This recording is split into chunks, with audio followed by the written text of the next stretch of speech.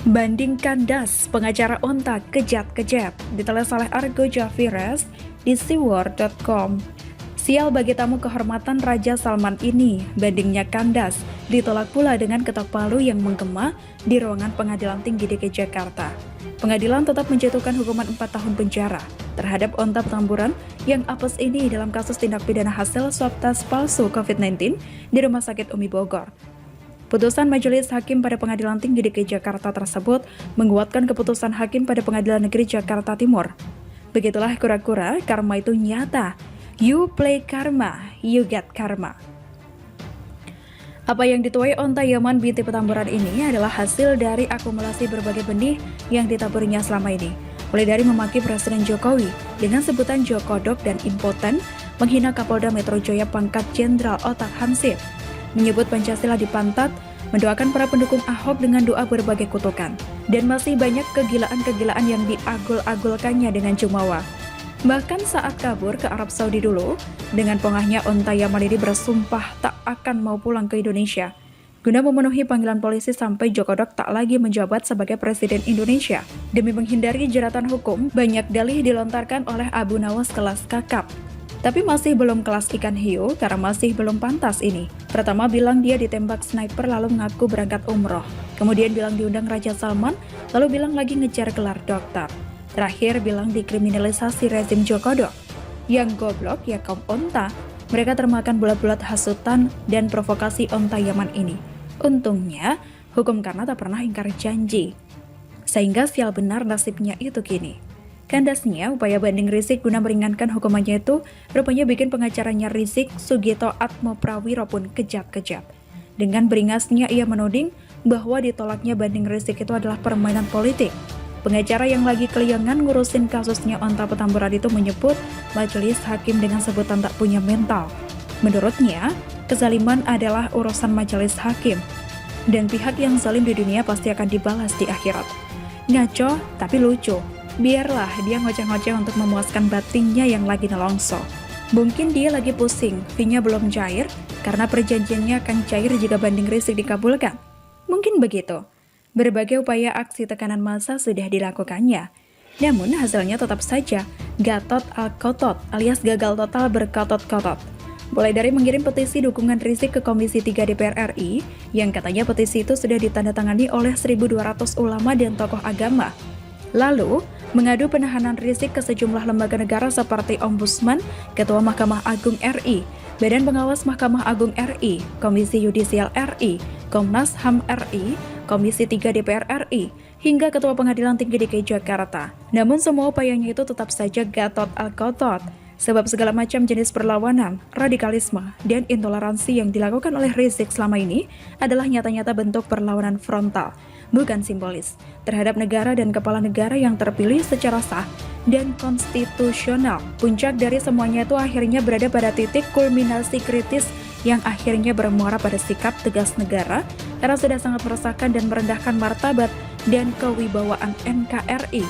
Saya tidak bisa membayangkan jika saja onta Petamburan ini berhasil menguasai negara. Segala macam aksi kekerasan berupa gantung, bunuh, sembelih akan dijadikan undang-undang yang diperkuat dengan kepres yang ditekannya. Untung saja itu tak terjadi. Fakta kehancuran negara-negara mayoritas Muslim di Timur Tengah adalah bukti nyata dalam politisasi ayat-ayat suci Al-Quran dalam bingkai dalil agama. Mereka terkapar dalam kubangan kotoleran ambisi akan kekuasaan, sehingga menjadi haus darah dan melegalkan perbuatan-perbuatan yang dilarang oleh agama. Ini yang bakal terjadi jika Rizik tidak dibuih dan majelis hakim mengabulkan permohonan bandingnya itu. Ancaman negara bukan hanya melalui kontak senjata atau aksi kudeta, akan tetapi juga melalui rongrongan terhadap kewibawaan pemerintah melalui penyebaran paham-paham khilafahisme, kekerasan, radikalisme, dan intoleransi. Ini yang onta Yaman lakukan selama ini terhadap bangsa ini dengan meracuni alam bawah sadar rakyat dungu, mabok overdosis agama, sehingga timbulnya instabilitas negara dari waktu ke waktu. Onta Petamburan ini tak segan-segan melakukan tindak pidana kekerasan, memicu keributan dan benturan di masyarakat. Berbagai aksinya pun semakin menggurita dan melilit leher Ibu Pertiwi sampai tak mampu bernafas lagi. Tidak hanya itu saja, onta licik ini bahkan melakukan perlawanan secara frontal terhadap presiden dengan berbagai macam diksi dan narasi yang dibalut topeng kemunafikannya. Tentunya untuk mengeruk keuntungan pribadi dan golongannya semata. Presiden dihina, lambang negara dihina, aparat keamanan dihina, lembaga pengadilan tak dipatuhi. Makanya jangan heran kalau upaya banding Onta Yaman binti Petamburan yang keblinger itu kandas tanpa ampun, sampai bikin pengacaranya kejat-kejat tak karu-karuan. Sudah, itu saja. Kura-kura begitu. Petisi Save Christina, paskibraka yang gagal ke Istana Negara. Petisi Save Christina menggema di media sosial. Petisi yang diinisiasi akun bernama Safi'i Asibi di situs Change.org meminta dukungan warganet dalam petisi bertajuk Save Christina pada Minggu 29 Agustus 2021. Diketahui, petisi yang dibuat minggu lalu itu mendapat beragam komentar warganet. Mayoritas mendukung petisi dengan komentar karena kepedulian serta meminta pihak berwenang untuk memproses kasus Christina sampai benar-benar tuntas. Adapun isi petisi Save Christina merujuk pada 9 poin. Berikut rinciannya.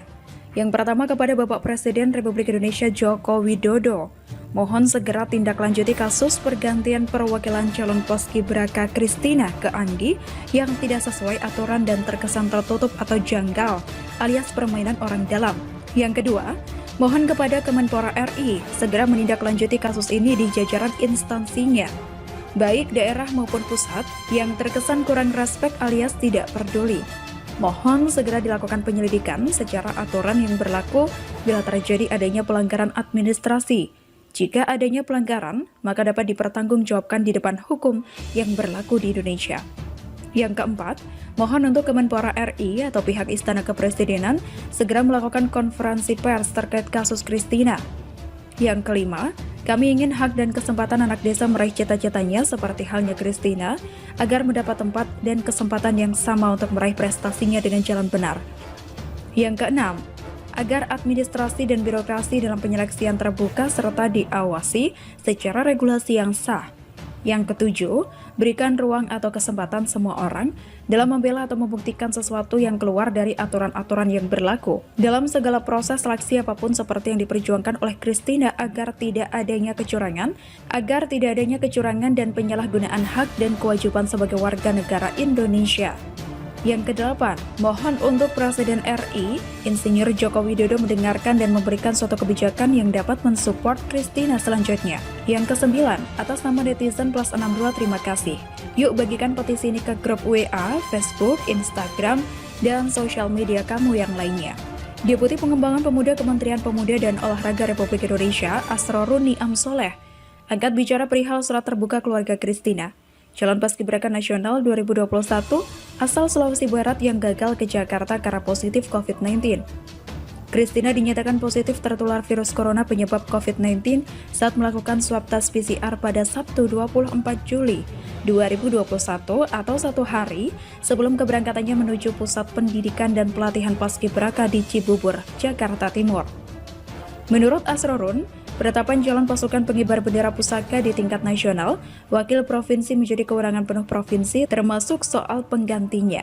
Lebih lanjut, Asrorun menjelaskan, sesuai dengan Permenpora nomor 14 tahun 2017, seleksi calon paskibraka nasional sepenuhnya memang diserahkan dan dilakukan oleh provinsi. Melalui rekrutmen dan seleksi tingkat provinsi, satu pasang yang terdiri dari putra dan putri terbaik sebagai utusan provinsi yang direkrut dan dikirim untuk menjadi paskibraka tingkat nasional. Kemenpora menerima nama peserta yang sudah ditetapkan provinsi untuk dilaksanakan diklat, termasuk penentuan pengganti jika yang utama berhalangan untuk berangkat, kata Asrorun. Terdapat 5 poin penting terkait hal tersebut, yakni begini klarifikasi dari Kemenpora. Yang pertama, penetapan calon paskibraka nasional, wakil provinsi menjadi kewenangan penuh provinsi termasuk penggantinya. Yang kedua, sesuai dengan Permenpora nomor 14 tahun 2017, seleksi dan rekrutmen calon paskibraka nasional sepenuhnya diserahkan dan dilakukan oleh provinsi melalui rekrutmen dan seleksi tingkat provinsi, satu pasang, satu putra dan satu putri terbaik sebagai utusan provinsi yang direkrut dan dikirim untuk menjadi paskibraka tingkat nasional. Kemenpora menerima nama peserta yang sudah ditetapkan oleh provinsi untuk dilaksanakan diklat, termasuk penentuan pengganti jika yang utama berhalangan untuk berangkat. Sesuai jadwal, kedatangan peserta diklat paskibraka dari provinsi ke Jakarta adalah tanggal 25 Juli 2021.